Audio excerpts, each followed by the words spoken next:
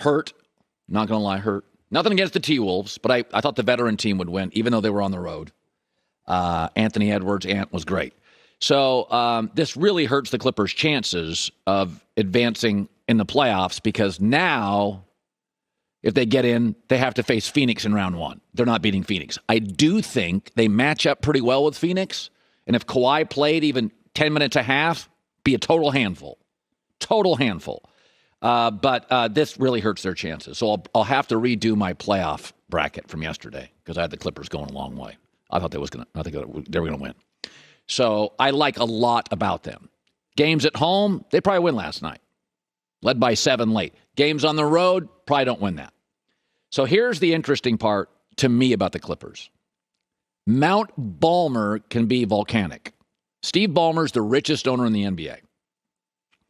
And, by the way, significantly richer than about 95% of the owners. He loves basketball. He lives for basketball.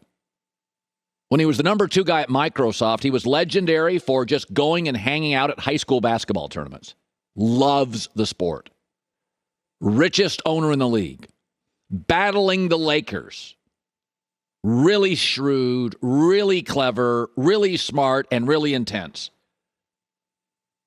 He's not paying for an 8 seed. Okay? He's beside himself this morning.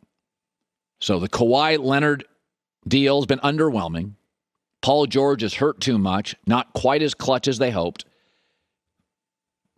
Mount Ballmer may explode here. They have a huge front office. I think it's the most highly compensated scouting staff and front office in the NBA.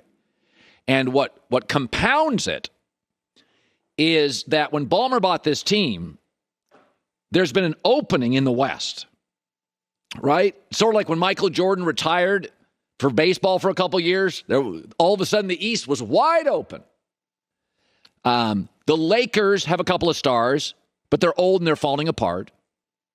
And the Warriors have a few stars, but they're old and can't stay healthy. So the old talented teams are kind of rickety, and they're sort of the last couple of years have opened the door for the Clippers. They fly through it. And the young teams in the West, Memphis and Minesota and the Pelicans and Denver that are really good, they're not quite ready to win the West. So right now it should be Phoenix and the Clippers. That's who it should be. The old star-driven teams are falling apart physically, and the young star-driven teams are not quite ready. This should be, for the last 2 years, a Suns-Clippers conference, period. He's paying for it. The guy knows basketball, Steve Ballmer, loves basketball, will spend whatever it takes, and he's got an 8 seed. And they're going to open up with the Suns. If they, beat the winner of the Pelicans Spurs, which I think they will. But losing last night really hurts. There's no crime in losing on the road to a super talented team that played with a ton of energy. Paul George was great. Here's what he had to say after. They have a talented roster. So when Cat goes down, D'Lo steps up. Anthony Edwards steps up. And then their role guys, they shine in their roles. So it's really what happened. Thought that fourth quarter, 50-50 balls, we didn't get. We didn't rebound well enough. And I thought we just didn't execute great down the stretch. I still think they're getting in. But last night's loss makes it way tougher, and I'm going to have to rescind my Clippers going to the Western Conference Finals to meet the Suns, because now they face them in round one. They'll win some games. They're not winning that series. Joy has been the news. No. That was very predictable.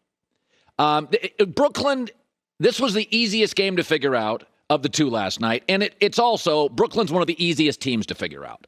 So Kevin Durant's the best big finisher in the game, and Kyrie Irving's the best small finisher in the game.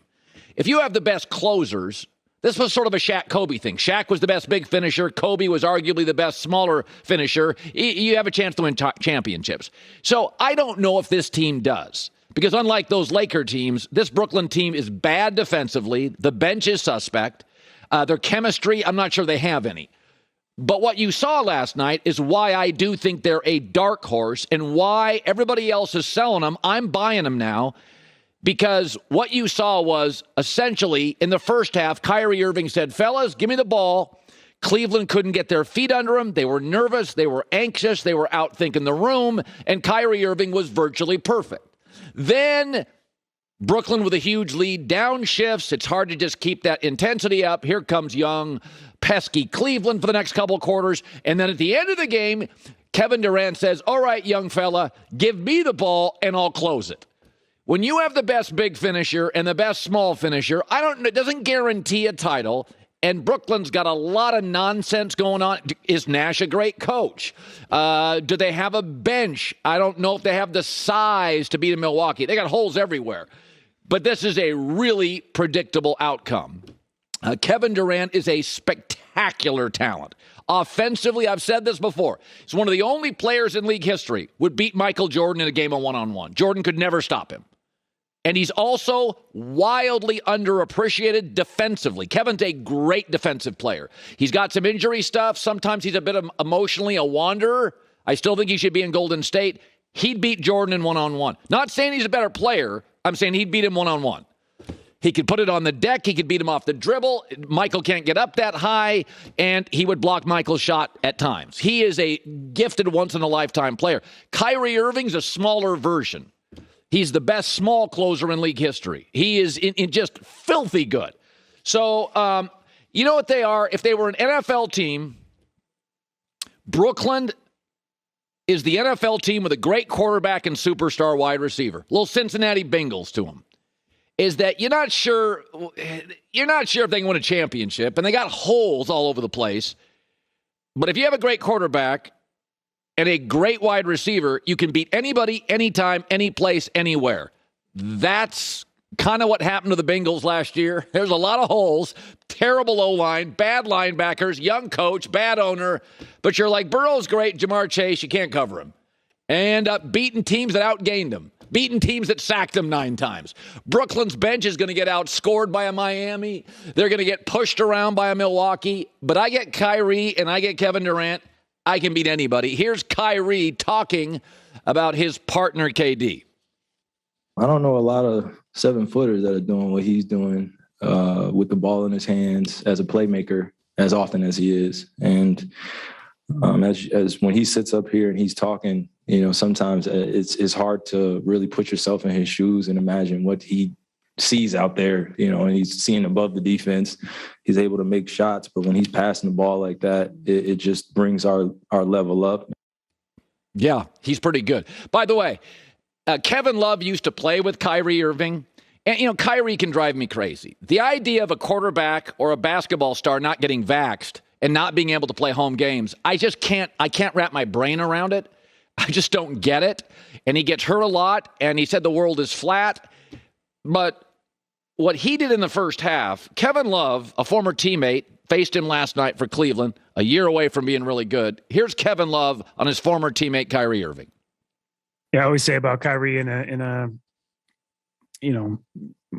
March Madness one game type of situation, he's a tough guy to bet against.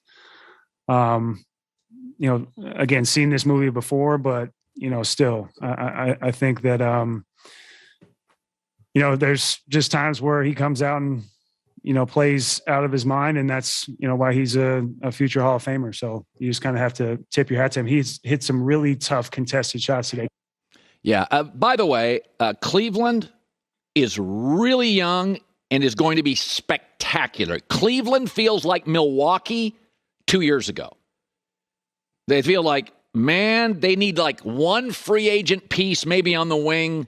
Like if you're a star player and you're like, I want to like attach myself to a young team, like Cleveland, to me, Mobley, Garland, that Cleveland's going to be really good. I think they're a championship team potentially in 2 years. They're a multiple series winning team. I mean, listen, if they had Jared Allen last night, do they win the game? Let's go to the second story. It's a breaking story. The Raiders, Ian Rappaport, the Raiders have signed Derek Carr to a 3-year contract extension. It's $120 million. It's going to be about $40 million per. which is probably more than I'd love to pay him, but this is the economy today of the NFL. We got wide receivers making $30 million. Okay, so a great wide receiver 3 years ago made $8. Here's my thing. I like Derek Carr more than everybody else because I'm a believer. Do you carry and are not carried? So to me, what Josh McDaniels is telling you, the first time I went to Denver as a head coach, I had to tear it down and tried to tear it down, and it was a disaster. I'm not tearing down anything. Derek Carr's a top quarterback. I'm keeping him. So that's what the Raiders and Josh McDaniel are telling you. Like, we don't need to tear anything down. I can win a Super Bowl with Derek Carr. And I believe that's true. I've had a theory for years in the NFL. You have to have a top 12 quarterback in the NFL to win a Super Bowl.